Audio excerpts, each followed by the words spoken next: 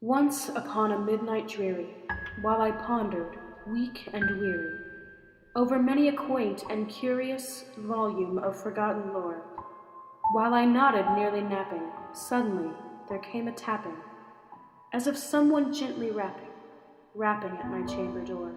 "'Tis some visitor," I muttered, "tapping at my chamber door. Only this and nothing more."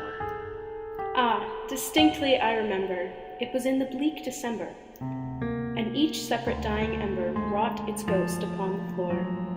Eagerly I wished the morrow, vainly I had sought to borrow from my books surcease of sorrow, sorrow for the lost Lenore, for the rare and radiant maiden whom the angels name Lenore, nameless here forevermore.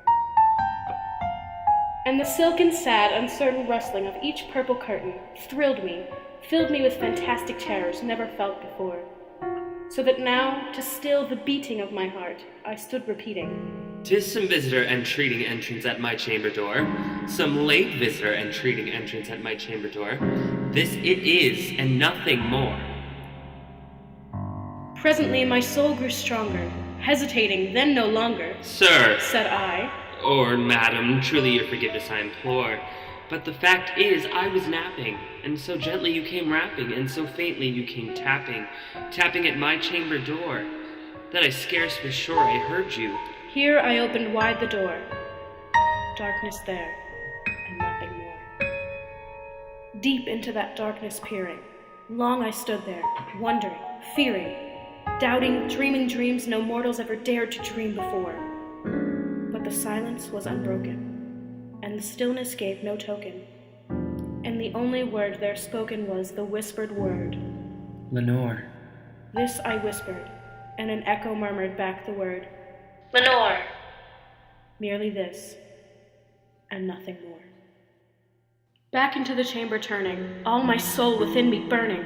Soon again I heard a tapping, somewhat louder than before. "Surely," said I, "surely that is someone at my window lattice. Let me see, then, what thereat is, and this mystery explore. Let my heart be still a moment, and this mystery explore. 'Tis the wind and nothing more." Open here I flung the shutter, when with many a flirt and flutter, in there stepped a stately raven of the saintly days of yore. Not the least obeisance made he, not a minute stopped or stayed he, but with mine of lord or lady perched above my chamber door, perched upon a bust of Pallas just above my chamber door, perched and sat, and nothing more. Then this ebony bird beguiling my sad fancy into smiling, by the grave and stern decorum of the countenance it wore. "Though thy crest be shorn and shaven, thou," I said, "art sure no craven, ghastly, grim, and ancient raven wandering from the nightly shore. Tell me what thy lordly name is on the night's Plutonian shore." Quoth the raven, "Nevermore." Much I marveled this ungainly fowl to hear discourse so plainly, though its answer little meaning, little relevancy bore, for we cannot help agreeing that no living human being ever yet was blessed with seeing bird above his chamber door, bird or beast upon the sculptured bust above his chamber door, with such name as Nevermore.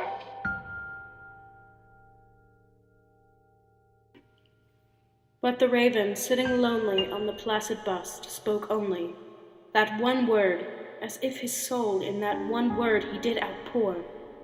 Nothing further than he uttered, not a feather than he fluttered, till I scarcely more than muttered, "Other friends have flown before.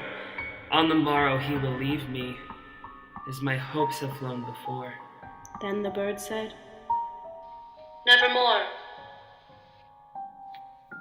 Startled at the stillness broken by reply so aptly spoken, "Doubtless," said I, "what it utters is its only stock and store, caught from some unhappy master whom unmerciful disaster followed fast and followed faster, till his songs one burden bore, till the dirges of his hope that melancholy burden bore of never, nevermore."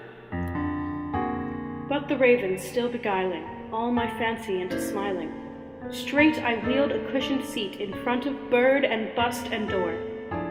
Then upon the velvet sinking, I betook myself to linking fancy unto fancy, thinking what this ominous bird of yore, what this grim, ungainly, ghastly, gaunt, and ominous bird of yore meant in croaking, "Nevermore." This I sat engaged in guessing, but no syllable expressing, to the fowl whose fiery eyes now burned into my bosom's core. This and more I sat divining, with my head at ease reclining, on the cushion's velvet lining that the lamplight gloated o'er. But whose velvet violet lining with the lamplight gloating o'er she shall press, ah, nevermore. Then methought the air grew denser, perfumed from an unseen censer, swung by seraphim whose footfalls tinkled on the tufted floor. Wretch, I cried, thy God hath lent thee, by these angels he hath sent thee, respite, respite and nepenthe from thy memories of Lenore. Quaff, oh quaff this kind nepenthe, and forget this lost Lenore. Quoth the raven, "Nevermore." Prophet, said I, thing of evil, prophet still, if bird or devil, whether tempt or scent, or whether tempest toss thee here ashore, desolate yet all undaunted, on this desert land enchanted, on this home by horror haunted, tell me truly, I implore, is there balm in Gilead? Tell me, I implore. Quoth the raven, "Nevermore." Prophet, said I, thing of evil, prophet still, if bird or devil, by that heaven that bends above us, by that God we both adore, tell this soul with sorrow laden, if within the distant Aidenn it shall clasp a sainted maiden, whom the angels name Lenore, clasp a rare and radiant maiden, whom the angels name Lenore. Quoth the raven, "Nevermore." Be that word our sign in parting, bird or fiend. I shrieked, upstarting. Get thee back into the tempest, and the night's Plutonian shore. Leave no black plume as a token of that lie thy soul hath spoken. Leave my loneliness unbroken. Quit the bust above my door. Take thy beak from out my heart, and take thy form from off my door. Quoth the raven, "Nevermore." And the raven, never flitting, still is sitting on the pallid bust of Pallas just above my chamber door.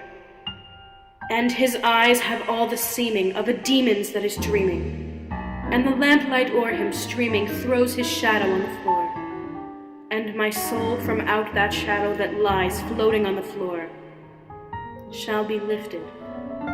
Nevermore.